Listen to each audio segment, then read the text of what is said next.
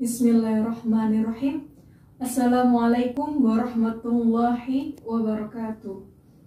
Alhamdulillah, kita dapat berkumpul kembali dalam pembelajaran dari mata pelajaran Al-Quran Hadis. Sebelum pembelajaran hari ini dimulai, terlebih dahulu kita bersama membaca Ummul Quran. Semoga pelajaran hari ini bermanfaat dan barokah. Membaca Ummul Al-Quran dimulai. Al-Fatihah.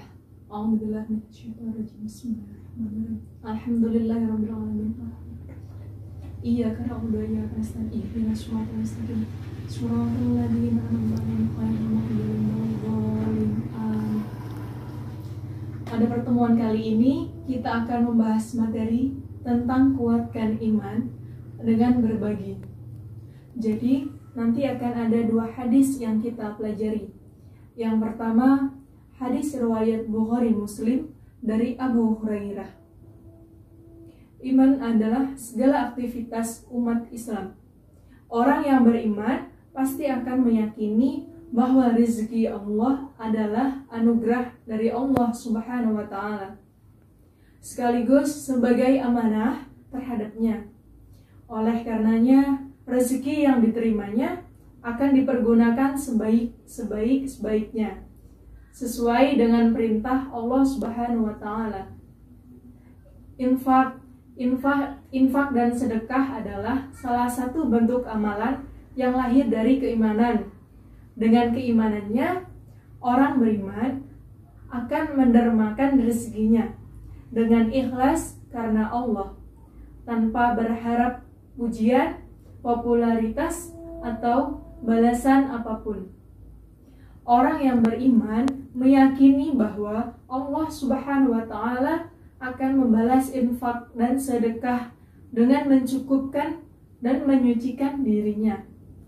Terdapat banyak sekali ayat Al-Quran dan hadis yang menerangkan infak dan sedekah. Nah, dalam bab ini kita akan mempelajari hadis riwayat Bukhari Muslim dari Abu Hurairah tentang infak dan sedekah. Bismillahirrahmanirrahim. An Abi Hurairata radhiyallahu anhu annan nabiyya sallallahu alaihi wasallam qala ma min yaumin yusbihul ibadu fihi illa malakani yanzilani fayaqulu ahaduma Allahumma a'ti munfiqan halafan wa yaqulul akharu Allahumma a'ti mumsikan talafan, yang artinya dari Abu Hurairah radhiyallahu anhu bahwa Nabi Muhammad SAW bersabda, tidak ada suatu hari pun ketika seorang hamba melewati paginya kecuali akan turun 2 malaikat kepadanya, lalu salah satunya berkata, ya Allah, berikanlah pengganti bagi siapa yang menafkahkan hartanya. Sedangkan yang satunya lagi berkata, ya Allah, berikanlah kehancuran kepada orang yang menahan hartanya. Hadis riwayat Bukhari dan Muslim. Langsung ke penjelasan hadis. Sesungguhnya para malaikat berdoa agar Allah Subhanahu wa Ta'ala mengganti harta orang-orang yang berinfak. Allah akan mengganti dengan kebaikan di dunia dan pahala di akhirat. Firman Allah dalam Quran surat Saba ayat 39. Penjelasan ayat di atas, sesungguhnya harta yang diinfakkan tidaklah hilang dari genggaman kita. Tetapi sebaliknya, Allah Subhanahu wa Ta'ala akan menggantikannya bahkan yang lebih baik dari apa yang diinfakkan. Dan demikian pula Rasulullah SAW menjelaskan bahwa para malaikat mendoakan agar Allah Subhanahu wa Ta'ala melaknat dan menghancurkan atau membinasakan orang-orang yang bakhil atau yang kikil terhadap hartanya. Nah, kita sebagai orang yang beriman harus yakin bahwa doa para malaikat dikabulkan oleh Allah Subhanahu wa taala. Hadis yang kedua dari hadis riwayat Bukhari dari Hakim bin Hizam. Bismillahirrahmanirrahim. An Hakim bin Hizami radhiyallahu anhu anin nabiyyi sallallahu alaihi wasallam qala al-yadul ulya khairum minal yadis sufla wa ba'da biman ta'ulu wa khairus sadaqati an dhahrihina wa may yastafif yu'iffahu Allahu wa may yastaghni yughnillahu. Artinya, dari Hakim bin Hizam radhiyallahu an dari Nabi SAW berkata, tangan yang di atas lebih baik dari tangan yang di bawah. Maka mulailah untuk orang-orang yang menjadi tanggunganmu, dan sedekah yang paling baik adalah dari orang yang sudah cukup untuk kebutuhan dirinya.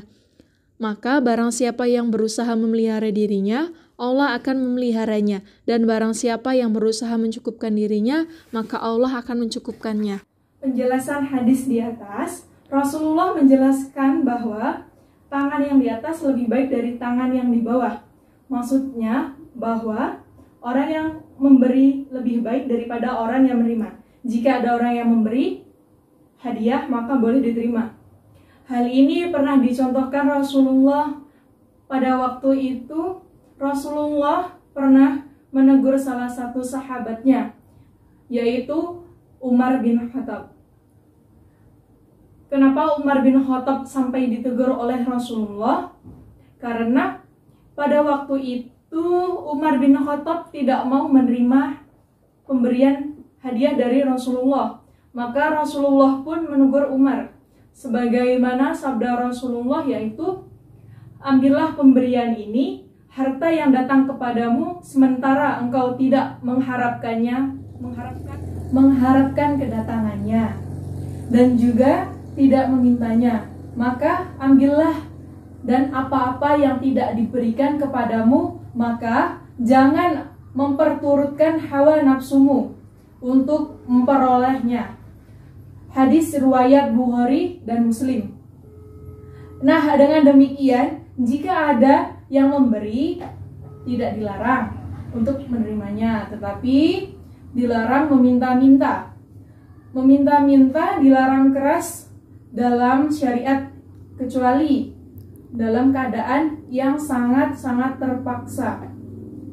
Rasulullah mengilustrasikan akibat meminta-minta bahwa seseorang yang senantiasa meminta-minta kepada orang lain, sehingga ia akan datang kepada hari kiamat dalam keadaan tidak ada sepotong daging pun di wajahnya.